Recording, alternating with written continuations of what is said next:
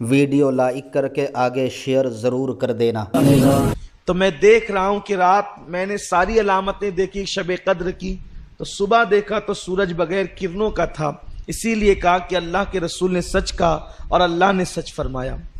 تو یہ رات کی بڑی علامتیں ہیں، اور اس ایک رات کی عبادت اللہ نے 80 سال سے بڑھ کر کی، اسی لیے جب یہ رات آئے تو اس میں مغرب کے بعد غسل کرنا سنت ہے۔ ضرور کر دینا۔ بعد مغرب حضور علیہ السلام کا معمول ہے کہ اللہ کے حبیب صلی اللہ علیہ وسلم بعد مغرب غسل فرماتے تھے۔ اس کے بعد آقا کریم صلی اللہ علیہ وسلم مسجد میں عبادت کرنا اس رات کو پسند کرتے تھے، گھر میں بھی کر سکتے ہیں، لیکن بلکہ صحابہ کرام تو شب قدر میں نئے لباس کا اہتمام کرتے تھے، نئے کپڑے وہ پہنتے تھے شب قدر میں۔ کچھ صحابہ تو ایک ہی لباس سلا کر رکھے ہوئے تھے، جیسے حضرت انس ابن خزیمہ وغیرہ، کہ یہ حضرات اسی رات میں وہ لباس پہنتے تھے اور پھر کسی وقت اس لباس کو استعمال نہیں کرتے تھے۔ آقا کریم صلی اللہ علیہ وسلم سے پوچھا گیا کہ یا رسول اللہ، اگر ہم شب قدر پائیں تو اس میں سب سے زیادہ کون سی عبادت کریں؟ اللہ کو اس رات کون سا عمل سب سے زیادہ پسند ہے؟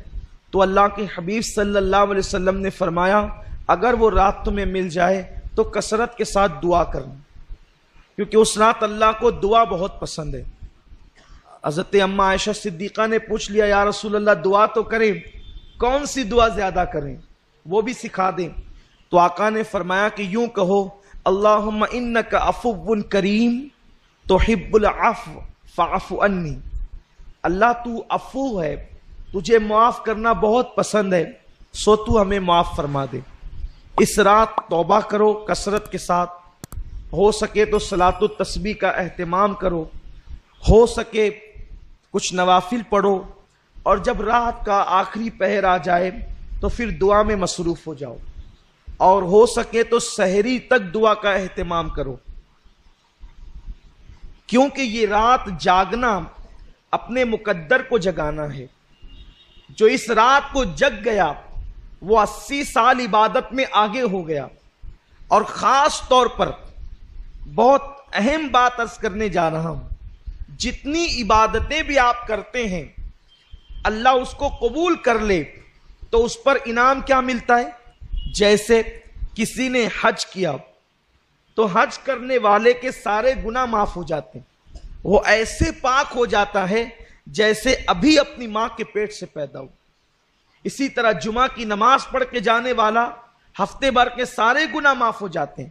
اسی طرح رمضان شریف کے روزے رکھنے والا گزشتہ رمضان شریف اور اس رمضان شریف کے درمیان جتنے گناہ کیے تھے اللہ سب معاف کر دیتا ہے، سارے گناہ معاف ہوتے ہیں۔ لیکن شب قدر کی ایک انفرادی خصوصیت یہ ہے، جو حج میں بھی نہیں ہے، بڑی ذمہ داری سے عرض کر رہا ہوں، جو حج میں بھی نہیں ہے، جو رمضان شریف کے روزوں میں بھی نہیں ہے، اگر کسی کو شب قدر مل گئی تو انعام کیا ملتا ہے؟ آقا فرماتے ہیں اگر کسی کو شب قدر ملے اور وہ اس میں عبادت کر لے تو اللہ انعام کیا عطا کرتا ہے؟ جتنے گناہ کیا ہے وہ بھی معاف کر دیتا ہے، اور جو ابھی کیا نہیں ہے کرنے والا ہے اللہ اس کو پیشگی معاف فرما دیتا۔ کتنا بڑا کرم ہے۔ لیکن شب قدر ملنا چاہیے، اور وہ متعین نہیں ہے، لیکن ہم تو بس اللہ پر امید کرتے ہوئے جو ہے وہ شب قدر میں عبادت کرتے ہیں۔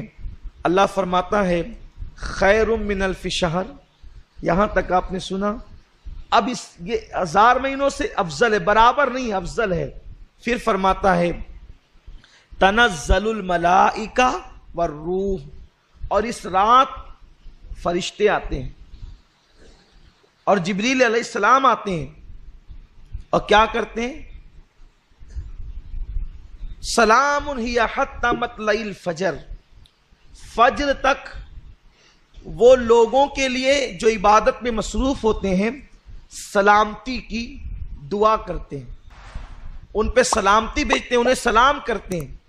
تفسیر میں آتا ہے کہ یہ جو شب قدر ہے اگر اس کا اردو میں ترجمہ کیا جائے تو ترجمہ یہ ہوگا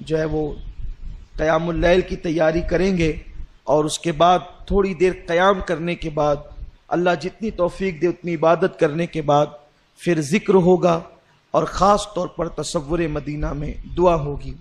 انشاءاللہ تصور مدینہ میں جو دعا ہوگی وہ کیبل پہ نشر کی جائے گی، تاکہ جو خواتین عورتیں ہیں وہ اس دعا میں شریک ہو سکے اور اس دعا کی برکتوں سے مالا مال ہو سکے۔